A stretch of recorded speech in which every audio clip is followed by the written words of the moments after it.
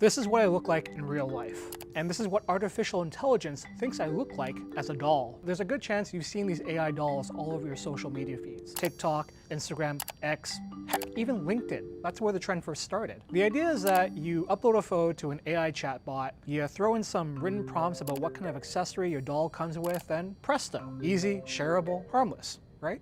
Well, that's up for debate. Researchers say there's a real energy drain when an AI trend like this takes off. A researcher I spoke to says the environmental cost comes in two ways. So these models have to be trained, and they're trained on a ton of data for a very long amount of time. For GPT-3, it took about 120 cars worth of gas, more water than a household, and more energy than 100 households for a year. While the cost of training AI chatbots is a little bit more tangible, Guzdahl says it's not entirely clear how much energy a single prompt takes. That's a little bit harder because we don't get exact figures from any of these sort of entities. But we can estimate, based on some estimations, prompting a model sort of regularly from a single laptop, if you were just doing it consistently for a single laptop for a few days, would take about $5,000.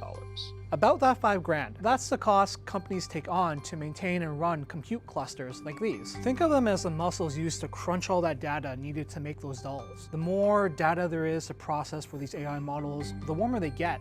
And like our bodies after a workout, they need to cool down. Otherwise, stuff like this can happen. These server clusters, these compute clusters get really hot, and the majority of them then use water to cool these things because it's the most economical, the most readily available. Again, getting it down to a single prompt is really hard, but we do know that overall, these tech companies are using as much water as a country, basically. A 2025 study from the University of California reached a similar conclusion. It found that the global demand for AI will require anywhere from 4.2 to 6.6 billion cubic meters of water in 2027.